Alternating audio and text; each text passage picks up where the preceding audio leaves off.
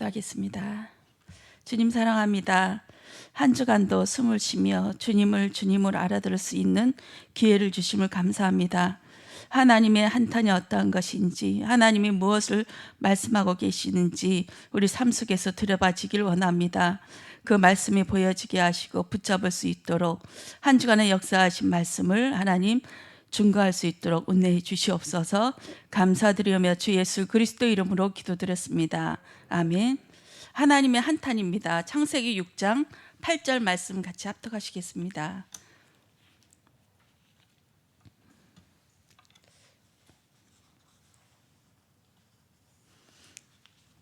6장 8절입니다. 그러나 노아는 여호와께 은혜를 입었더라. 하나님의 한탄이 한 주간에 선포되는데요. 다 쓸어버릴 거야.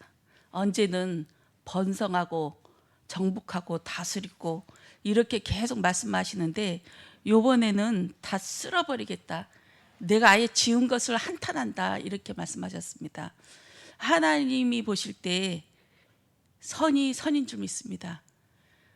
우리의 선을 가지고 하나님 앞에 나오면 다 쓸어버리겠다고 합니다. 나의 의를 가지고 나오면 하나님이 그것을 지옥에 던져버리겠다 이렇게 말씀하시는 것입니다. 그럼 나의 의가 무엇일까요? 나의 의, 하나님의 선은 무엇일까요? 하나님의 선은 하나님의 말씀하신 것 그대로 이루어지는 그대로 되니라, 이것이 선인 줄 믿습니다. 그것이 하나님이 보실 때의 선이고 완전한 줄 믿습니다. 하나님이 말씀하시고 하나님이 이것을 의로 여기시면 무조건 선인 줄 믿습니다. 다말의 행위조차 그것이 하나님의 선인 줄 믿습니다. 왜냐하면 하나님의 말씀 성취의 일이기 때문에. 하나님의 말씀 성취가 어떤 것인지 한 주간에 많이 은혜를 받았는데요. 하나님께서 문제와 사건 속에서 말씀을 주시는데 이 말씀을 제가 알아듣게 하신 것도 감사하고 또 그 말씀을 부여잡고 앞으로 꼬꾸라지는 것도 감사하고 이런 한 주간이 되었습니다. 저번 주일날 예배 끝나서 이제 집에 가서 이제 전투복을 갈아입고 이제 현장에 딱 들어가려고 가서 고기를 보는데 고기가 없어졌어요. 싹 없어졌어요. 제가 키우는 두 수조의 물고기들이 싹 없어져서 어디 갔지 하는데 이제 우리 신랑도 그것을 확인하고 고기 다 어디 갔냐고 한 마리도 없는 거예요. 그렇게 해서 난리 난 거예요. 이제 밤에 이제 우리 망했다 하면서 막 하고 저는 그래도 하나님 살아계셔. 하나님 우리가 망하게 하지 않을 거야 하면서 했는데 그 다음 날에 돼서 이제 어디서부터 잘못된 건지 전문가를 모셔놓고 이제 밥 먹으면서 얘기하는데 그 전에 제가 가기 전에 제 방에 가서 무릎 꿇었어요. 하나님 살려주세요 이렇게 기도했거든요. 다윗이 가드 땅에 블레셋 땅에 이제 망명하러 들어갔을 때 그 가드 왕이 한 성을 주셨어요. 한 성을 주시면서 시글락 성을 주시면서 이제 거기서 살게끔 해서 600명의 용사들 갔는데 어느 날 이제 신음을 얻고 가드왕의 신음을 얻고 이제 전쟁이 계속 시작되는데 하필이면 사울 왕이 죽을 그 전쟁이 시작된 거예요. 그 블레셋하고 이스라엘이 전쟁이 붙게 되는데 하나님께서 은혜를 주셔서 이 전쟁을 피할 수 있는 그 모면할 수 있는 것을 주셨는데 모면에서 이제 집에 들어와서 시글락성에 와 보니까 자기의 처자식 또 짐승들까지 다 끌려간 거예요. 늙은이서부터 어린 애기까지 짐승들까지 다 끌려가서 이제 목 놓아 전부들 그 600명의 군사들과 다윗이 하루 종일 울었어요. 하루 종일 울면서 한탄하는데 그러다가 이제 그 600명의 용사 중에 이제는 다윗을 돌로 쳐서 죽이자 이런 상황인 거예요. 제가 그런 상황에 모면했거든요. 이렇게 해서 다윗이 급하게 그 아비아달에게 에봇을 갖고 오라 해서 하나님 앞에 기도를 드렸어요.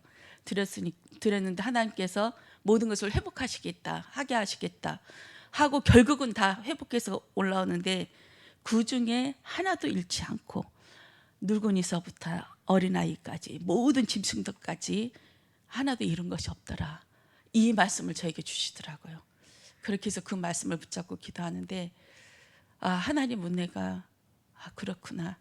이 일을 통해서 하나님이 하시는데 이제는 고기가 거의 없어지고 몇 마리 그냥 연못에 키우는 물고기처럼 몇 마리가 안 돼요. 그렇지만 제가 그럼 이것을 시험 삼아 내가 내 마음대로 해보겠다. 연구를 하고 공부를 해보겠다 해서 이제 두 수조를 가지고 몇 마리 안 되는 고기를 가지고 제가 만든 해스쿨레를 가지고 먹이기 시작했어요. 한 이틀쯤 먹이고 나니까 갑자기 고기들이 뽕뽕뽕 튀어나온 거예요.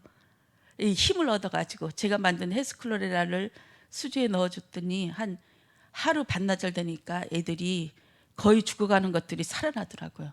살아나면서 이제 눈에 보일 정도로 하면서 또 이것을 더 공부하고 연구하고 찾아보고 하고 있는데 하나님이 만회하시겠구나. 손해보지 않겠구나. 하나님께서 회복하시겠구나. 이 말씀을 붙잡았습니다. 말씀의 옷을 붙잡으라고, 말씀의 옷을 붙잡으면 산다, 이 말씀이 저는 화요일날 녹취하면서 내가 살겠구나, 우리가 살겠구나, 이 말씀을 저는 확신 가졌습니다. 왜냐하면 하나님께서 말씀을 주셨고 이 말씀을 붙잡을 수 있도록 귀를 열어주셨으니까 이 말씀을 내가 부여잡고 믿는 순간 하나님께서 성취하시겠구나, 이 말씀까지 저는 확신이 오더라고요. 하나님의 은혜구나. 한 주 한 주 하나님의 은혜로 넘어가는데 매주 감사 안 할 것이 없어요.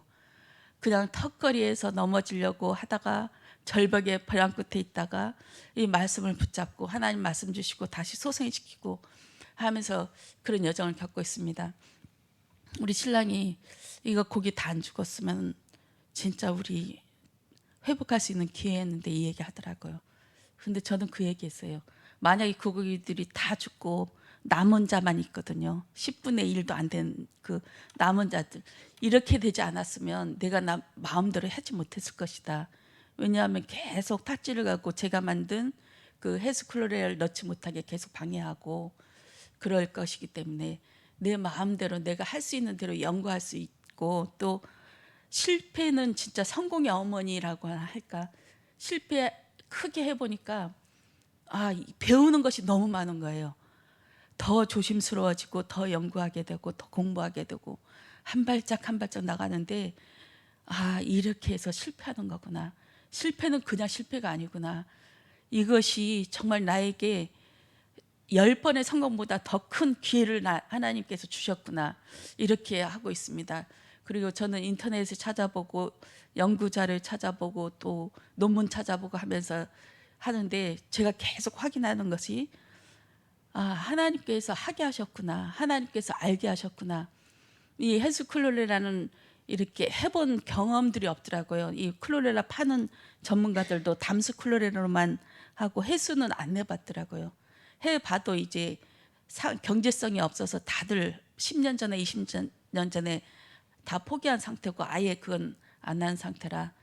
그런데 연구 논문이나 이런 거 보면 볼수록 정확하게 하나님께서 이게 섬세한 것 하나하나까지, 조명등까지, 이 하나하나 온도나 뭐 세밀한 것까지 하나님께서 정확하게 인도하셨구나, 이런 생각이 들었습니다.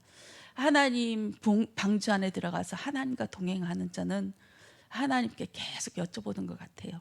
여쭤보면서 저는 그러거든요. 이 무엇 하나 이렇게 첨가할 때마다 하나님 어떻게 할까요? 요만큼 넣을까요? 요만큼 넣을까요? 또 이거 넣지 말까요? 하면서 계속 기도하면서 확신나면 또 그렇게 하고 한 반나절 정도 있다가 그래도 그 확신 들면 그것을 실행에 옮기가 하거든요. 하나님과 동행하는 삶이 아닐까 저는 생각해 봅니다. 하나님과 동행은 하나님이 내 옆에 나와 함께 계신 것을 인정하는 것인 줄 믿습니다. 우리 교회에만 있는 그 하나님이 아니라 주 예수 그리스도는 나와 함께 있고 내 고민을 같이 들어주며 내가 할 일을 같이 이제 얘기해주고 코치해주고 또 인도해주며 세밀하게 인도해 주시는 그 하나님의 그 섬세함이 저는 느껴지는 한 주간이었습니다. 그리고 이 일을 통해서 하나님이 하시겠구나. 그리고 하나님 앞에서 내가 어떻게 서야 될지 항상 겸손하고 공부하는 자세로 하나님 앞에 물어보는 자세로. 이 교만이 참 무섭더라고요. 이제 나는 됐어. 이제 나는 알 만큼 알았어. 이게 참 무섭더라고요. 이렇게 되면 사단의 그 네피림에 넘어가는 거구나. 사단이 말씀을 벌거벗겨듯이 말씀 속에서 이 말씀이 이게 안 들려지거나 이 말씀이 나의 것으로 받아들이지 않고 또 나의 교만이 이 말씀을 앞서가면 큰 문제가 되겠구나, 이런 생각을 했고 한 주간이 되었습니다. 그리고 일을 하다가 제가 아합 왕에 대해서 많이 충격을 받았어요. 한번 같이 말씀 찾아볼게요. 아합 왕의 열왕기 상입니다. 열왕기 상에서 이건 어떤 배경이냐면 북이스라엘의 가장 악한 놈이 여로보암 왕하고 아합 왕이에요. 이 아합 왕이 얼마나 이 하나님 앞에 대적을 하면 못된 짓을 많이 했는지. 하나님 앞에 못된 짓은 우상숭배입니다. 하나님 외에 다른 신을 섬긴 거, 이것밖에는 하나님께서는 악하다고 말씀하시지 않으세요.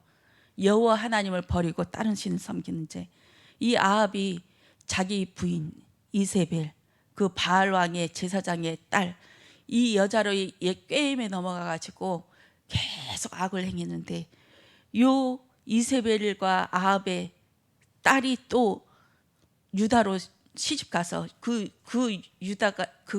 여자가 그 딸이 유명한 또 아달랴 여왕, 그 극악무도한 그 여자거든요. 그 자기 아들 외에 나머지 다 왕자들 죽인 그 어마어마한 무시무시한 그 아달랴 여왕인데, 이 아합 왕을 통해서 저는 무엇을 봤냐면, 하나님이 이렇게 악한 왕인데 이 아합 왕이 회개하면서 하나님 앞에 엎드리는 순간 하나님이 너무 기뻐하시는 모습을 봤어요. 이거 같이 한번 찾아볼게요.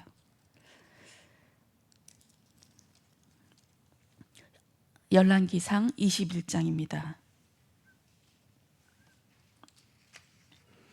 21장 27절 말씀, 27절부터 29절까지 제가 읽어드리겠습니다. 아합이 이 모든 말씀을 들을 때에 그의 옷을 찢고 굵은 배로 몸을 동이고 금식하고 굵은 배에 누우며 또 풀이 죽어 다니더라. 여호와의 말씀이 디집 사람 엘리야에게 임하여 이르시되, 아합이 내 앞에서 겸비함을 네가 보았느냐?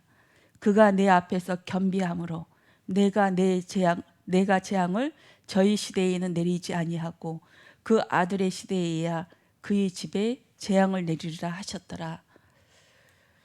저는 이 말씀 보면서, 아니 왜 하나님이 이렇게 못된 악한 왕을, 또 가인에게도 하나님께서, 하나님이신 여호와 하나님 즉 예수님께서 표를 주면서 내가 너를 지킬 거야 하면서 복을 주시잖아요. 복음을 주셨어요.